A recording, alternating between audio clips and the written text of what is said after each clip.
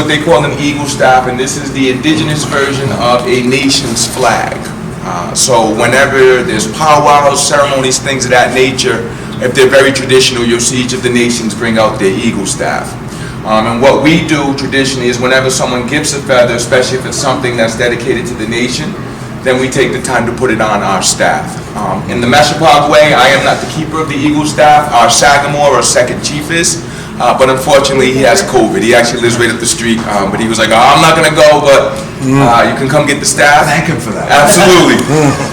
And once I receive the feather, I will be then turning the staff and the feather back over to him, and he'll be adorning the eagle staff with it. I was very honored and pleased that the Sagamore was here from the Pokanoket. As you know, we are in Pokanoket territory, so it is only right that we acknowledge the nation whose territories we're in, and of course extend the invitation. I appreciate them because they actually have another function that's going on this morning, but because they wanted to make sure to have a presence here, they were gracious enough to allow the Sagamore to come here while they did the other function as well. So Katapatish Sagamore, thank you very much for being here.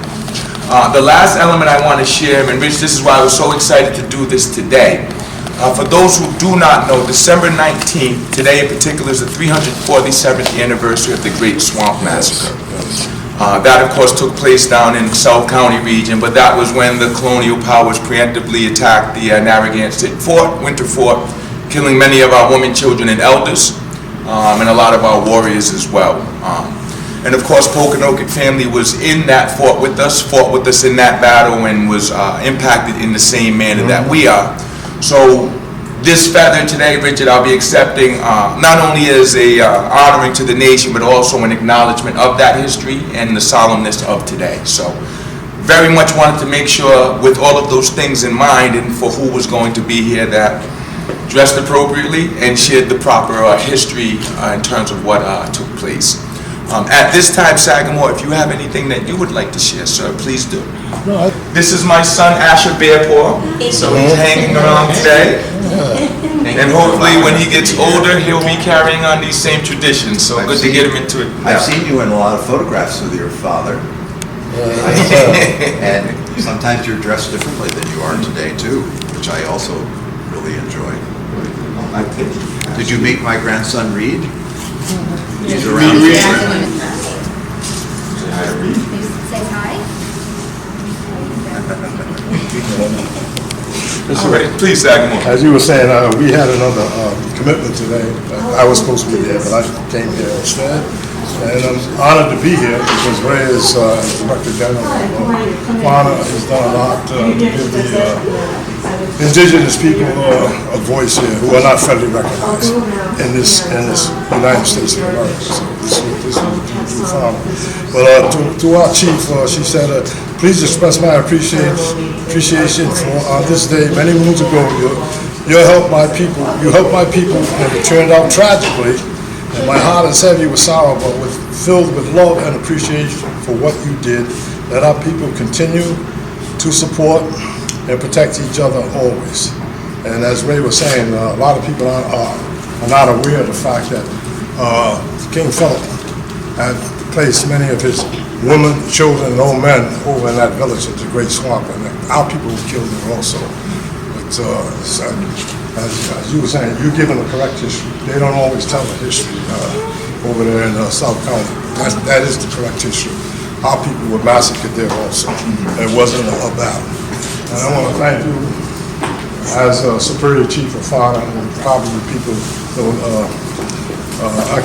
in his culture, his Sagamore is under him. I'm Sagamore of the nation. I'm over all the chiefs in Pokanoket, and that is of the any tribes that are still members of our nation.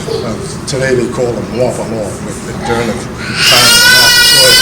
we were known as the Pokanoket Nation or the Pokanoket Confederacy. And I want to thank you again for inviting me to be here today, and I want to thank you for all you're doing in this culture there in the state of Rhode Island for the indigenous people. Thank you. It's an honor to work with you. Absolutely. Okay. Honor as well. There is one other nation that needs to be acknowledged. They don't have representation here, and in my opinion, they're not acknowledged or respected enough, and that is our Nipmuc family. Yes. What I like to think about the Nipmuc is that from the very beginning, they were committed to the traditional way of life. For those who may not know, the Narragansetts kind of stayed on the sideline when the when the King Philip's War got started. They didn't necessarily want to get involved, but they also weren't going to give up any of the Indian, warriors that were fighting in the war. Whereas the Nipmuc from the very beginning got involved in the war and were willing to fight. So I don't think that enough respect and honor is given to Nipmuc. I'll also share, if I could, Sagamore. King Philip's mother, or was it the Massasoit's mother, was Nipmuc. So there is that blood that is shared as well. That was King Philip. I'm sorry, King Philip's mother was a Nipmuc. She was married, the Massasoit was married to the Queen of the Nipmuc. There you go. And that's why Warm Center fought Uncas over the Nipmucs when he was run out of New York State by the Mohawks. So he was the last of the Mohegans. Ninawana, who was the grand sachem of the Quabog Nipmuc Nation, was the Massasoit's father. That's my great-grandfather also. Absolutely. So there's so much history and heritage that this runs, I would say, between the Sagamore and I standing here. I myself am descendants of both Canonicus and my Antinomy through the Miquelon line and the Champlain lines. But there's so much heritage and history, and that's why we're honored to be able to come and share these sorts of remarks. And we're honored when our family and the broader community acknowledges our history, what our people have been through. And in our language, we say, Iniski Tumpawag, the fact that we're still here. Like I said, we're not in a history book. We're not still living in the 1600s. Sagamore lives right down the street in Barrington. My Sagamore lives right up the street in Bristol. We're in the community that's around. And we feel that it's important that this history and this heritage be shared because it's the original history and heritage of these lands. If you're a Rhode Islander today, then you're a part of these lands. These lands are called Rhode Island. But these lands were called something else before they were called Rhode Island, and the history and legacy of the lands doesn't go away because the name was changed on it. So with that being said, we say Katapatush Natowamag. Thank you to our family for having us here today, for honoring us, and at this time, Richard, Go into this room. We have it open, so we thought maybe we would do that in the auditorium. excellent. I didn't think, Are you live in Barrington? yes, I live about it. Oh, okay. Artie has been blessed to have a number of songs passed on to him, some songs that go back hundreds of years that he's passed on to us and allowed us to sing, but Artie also comes up with his own songs. This song that I'm going to sing right now is a song that Artie came up with while we were performing, literally while we were getting ready to perform at an anti-bullying rally. He said, hold on, I have a song, I want to sing it. And he titled the song Red Medicine, and he said that the purpose of the song was for healing. So because we are honoring Great Swamp Massacre Day today, and because we are building new relationships with new friends, I would like to sing this song, Red Medicine, gifted to me by Artie in honor of all of us here, and in the work that Creator willing we will continue to do together and individually to move this community forward. It is a vocal song, so there are no particular words in it. But I think you'll get the spirit of it once you hear when I sing it. And I'm going to sing it to each of the four directions, which is our tradition in our language.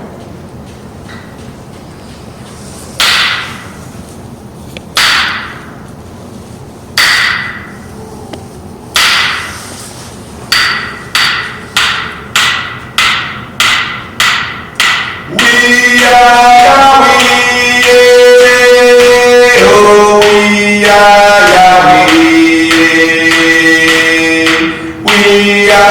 Yahweh, oh hey.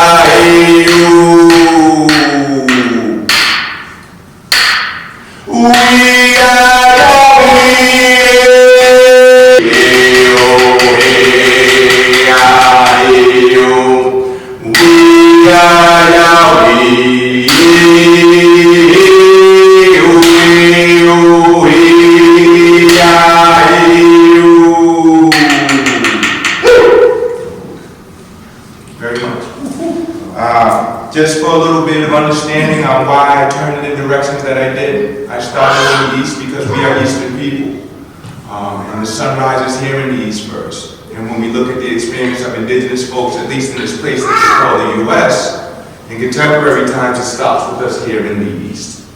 I then turned to the South because I personally have family members from nations that come from the South, Natchez in particular, who through time made their way up here. At one point, this was seen as a safe haven for indigenous nations. Providence, in the early 1900s, had the highest location per capita of indigenous folks in the U.S., or at least one of the top 3. So indigenous folks were knowing at that time, as things were changing, they could come here to the north and find other indigenous folks and other communities to be a part of. So I turned to the south to acknowledge there. I then turned to the north, not necessarily because the north is anything specific to me, but because in our way, our ancestors travel west when they pass on. So I always go to the west last to pay our respects to the ancestors, and in that way, I turn to the north on the third one to show the proper respect for the ancestors of the west. At this time, first of all, I want to say Katapatush. So many indigenous folks today continue, especially in this region, to be Christians, but many of them have accepted and followed other spiritual belief sets and practices. We like to make sure that people understand that being a quote-unquote Indian is about your blood heritage. It's not about how you look. It's not about what you believe. It's not about what you're wearing. But it's about who your ancestors were. And Indians come in all shapes and sizes today and all kinds of beliefs, but we still, for the most part, carry on our traditions. So with that shared, I will offer this prayer, and then we can close out our ceremony. And once again, thank you for listening to me today. And Peace Kanash, we look forward to connecting with you also. With that said, I will offer this prayer. Oh, Katapatush, Yahweh, Katantu, Numanituman. Katapatush, which King Uni. Katapatush, which Kinumu Yeshua. Katapatush, which Wami no Manitok, no Tuksuak. Kusuta Yumu, which King Musukin Ka Kawayantum. Kinita to Botni. Nimwayan, Yahweh, Katantu, Numanituman. Nimwayan, which Chusuta. Nimwayan, which King Uni. Oh, I have said, thank you, Great Spirit in the sky, our Heavenly Father. Thank you, for you are good. Thank you for your Son, Jesus, and thank you for all of our relations. You are the leader, for you are wise and great. You are my friend, and that is enough. I thank you, Great Spirit in the sky, our Heavenly Father. I thank you for listening to me. I thank you, for you are good. I hope. I thank you for your time. Well, thank you. We're honored to be here for the ceremony. We are, and everyone here in this room especially, is looking forward to building a relationship here with Audubon. So we are, again, just honored that you chose this here on the stead.